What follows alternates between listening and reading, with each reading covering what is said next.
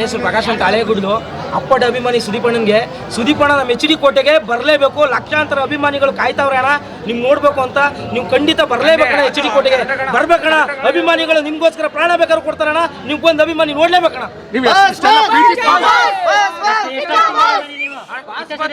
ಅಣ್ಣ ನಾನು 12-20 ವರ್ಷದಿಂದ ಅಭಿಮಾನಿ ಅಣ್ಣ. 20 ವರ್ಷದಿಂದ ನಾನು ಅಪ್ಪಟ ಅಭಿಮಾನಿ ಅಣ್ಣ. ಅವ್ರು ಬೇಕಾದ್ರೆ ಪ್ರಾಣ ಬೇಕಾದ್ರೆ ಕೊಡ್ತೀನಿ ಅಣ್ಣ ಸುದೀಪಣ್ಣನಿಗೆ. ಸುದೀಪಣ್ಣ ಅಂದ್ರೆ ನನ್ನ ಪ್ರಾಣ ಅಣ್ಣ. ಯಾಕೆ ಅಷ್ಟೊಂದು ಇಷ್ಟ ಆಗ್ತಾರೆ ಅವ್ರಿಗೆ? ನನಗೆ ಅಣ್ಣ, ನನಗೆ ಅವ್ರು ನೋಡಿದ್ರೆ ಇಷ್ಟ ಅಣ್ಣ. ಅವ್ರು ಏನ್ ಮಾಡ್ತಾರೆ ಅಂತ ಗೊತ್ತಿಲ್ಲ. ನನಗೆ ಅವರು ಅಂದ್ರೆ ಸುದೀಪಣ್ಣ ಅಂದ್ರೆ ನನಗೆ ಪಂಚ ಪ್ರಾಣ ಅಣ್ಣ. ನಾನು ಪ್ರಾಣ ಬೇಕಾದ್ರೆ ಕೊಡ್ತೀನಿ ಅಣ್ಣ ಸುದೀಪಣ್ಣಗೆ. ಸುದೀಪಣ್ಣ HD ಕೋಟೆ ತಾಲೂಕು ಸರ್ಗೂರ್ಗೆ ಬರಲೇಬೇಕಣ್ಣ. ಒಂದ್ಸಲ ಅಭಿಮಾನಿಗಳು ಲಕ್ಷಾಂತರ ಅಭಿಮಾನಿಗಳು ಕಾಯ್ತಾವ್ರೆ ಅಣ್ಣ. ಬರ್ಬೇಕಣ್ಣ. ವರ್ಷಗಳ ಹಿಂದೆ ಒಂದು ಸಂಘ ಸಮಿತಿನ ರಚನೆ ಮಾಡ್ಕೊಂಡು ರಿಜಿಸ್ಟ್ರೇಷನ್ ಮಾಡ್ಕೊಂಡು ಸುಮಾರು ಒಂದು 30 ಜನ ಸದಸ್ಯರುಗಳನ್ನು ಒಳಗೊಂಡಿದೆ. 30 ಜನ ಸದಸ್ಯರುಗಳನ್ನು ಒಳಗೊಂಡು ಯಾವುದೇ ಹುಟ್ಟುಹಬ್ಬಗಳಾಗಲಿ, ಯಾವುದೇ ಒಂದು ಚಿತ್ರ ಬಿಡುಗಡೆ ಆಗಲಿ, ಪ್ರತಿಯೊಂದು ಚಿತ್ರ ಬಿಡುಗಡೆಯಲ್ಲೂ ಕೂಡ ನಾವು ಅಣ್ಣನಿಗೋಸ್ಕರನೇ ಅನ್ನದಾನ, ರಕ್ತದಾನ ಮತ್ತು ಹೂವಲಂಕಾರ, ಹಾಲಾಭಿಷೇಕ ಇಂಥ ಕಾರ್ಯಗಳನ್ನು ಮಾಡ್ಕೊಂಡಿದ್ದೀವಿ. ಬಡವರುಗಳಿಗೆ ಹಣ್ಣು ಹಂಪಲಗಳು, ರೋಗಿಗಳಿಗೆ ಹಣ್ಣು ಹಂಪಲಗಳನ್ನೆಲ್ಲ ಹಂಚಿಕೆ ಮಾಡ್ಕೊಂಡಿದ್ದೀವಿ.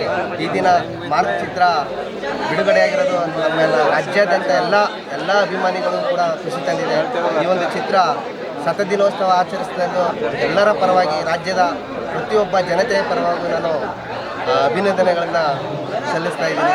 ಅದೇ ತರಹ ನಮ್ಮ ಒಂದು ಬೇಡಿಕೆ ಏನಾಗಿದೆ ಅಂದರೆ, ನಮ್ಮ ಕಿಚ್ಚ ಸುದೀಪ್ ರವರು ದಯಮಾಡಿ 2 ಅವಳಿ ತಾಲೂಕಿನಲ್ಲೂ ಕೂಡ ನಾವು ದೊಡ್ಡ ಮಟ್ಟದಲ್ಲಿ ಒಂದು ಸಮಿತಿಯನ್ನು ಮಾಡ್ಕೊಂಡಿದ್ದೀವಿ. ಪ್ರತಿಯೊಬ್ಬರ ಬೇಡಿಕೆ ಸಹ, ಪ್ರತಿಯೊಬ್ಬ ಸದಸ್ಯರನ್ನು ಹೊರತುಪಡಿಸಿ ಪ್ರತಿಯೊಬ್ಬ ಒಂದು ಪ್ರಜೆಯ ಬೇಡಿಕೆ ಏನಿದೆ ಅಂದರೆ, ಅಣ್ಣರವ್ರನ್ನ ಚಿತ್ರ ಬಿಡುಗಡೆ ಸಮಯದಲ್ಲಿ ಚಿತ್ರಮಂದಿರಕ್ಕೆ ಕರೆಸಬೇಕು. ದಯಮಾಡಿ ನೀವು ಸಂಘ ಮಾಡ್ಕೊಂಡಿದ್ದೀರಾ, ಕರೆಸಿ ಅನ್ನೋ ಒಂದು ಬೇಡಿಕೆಯನ್ನು ಇಡ್ತಾ ಇದ್ದಾರೆ. ಹಂಗಾಗಿ ನಾವು ನಮ್ಮ ಸಮಿತಿಯ ವತಿಯಿಂದ ಏನೋ ಒಂದು ಬೇಡಿಕೆಯನ್ನು ಸಲ್ಲಿಸ್ತಾ ಇದ್ದೀವಿ ಅಣ್ಣನಿಗೆ ಅಂದರೆ, ದಯಮಾಡಿ ಈ ಒಂದು ಚಿತ್ರ ಬಿಡುಗಡೆ ಸಮಯದಲ್ಲಿ ನೀವು ಒಂದು ಸಮಯ ಬಿಡು ಮಾಡಿಕೊಂಡು ದಯಮಾಡಿ ಒಂದು ಅರ್ಧ ಗಂಟೆ ನಮಗೋಸ್ಕರ, 2 ತಾಲೂಕಿನ ಜನತೆಗೋಸ್ಕರ ದಯಮಾಡಿ ಸರ್ಗೂರು ತಾಲೂಕಿಗೆ ಬಂದು ಅಭಿಮಾನಿಗಳಿಗೆ ನಿಮ್ಮ ಒಂದು ಹಿತನುಡಿಯನ್ನು ಹೇಳಿ ಇನ್ನೂ ಉತ್ತೇಜನವನ್ನು ಕೊಟ್ಟು ಸಲಹೆಯನ್ನು ನೀಡಬೇಕು ಅಂತ ತಮ್ಮಲ್ಲಿ ಪ್ರಾರ್ಥನೆಯನ್ನು ಮಾಡ್ತಾರೆ.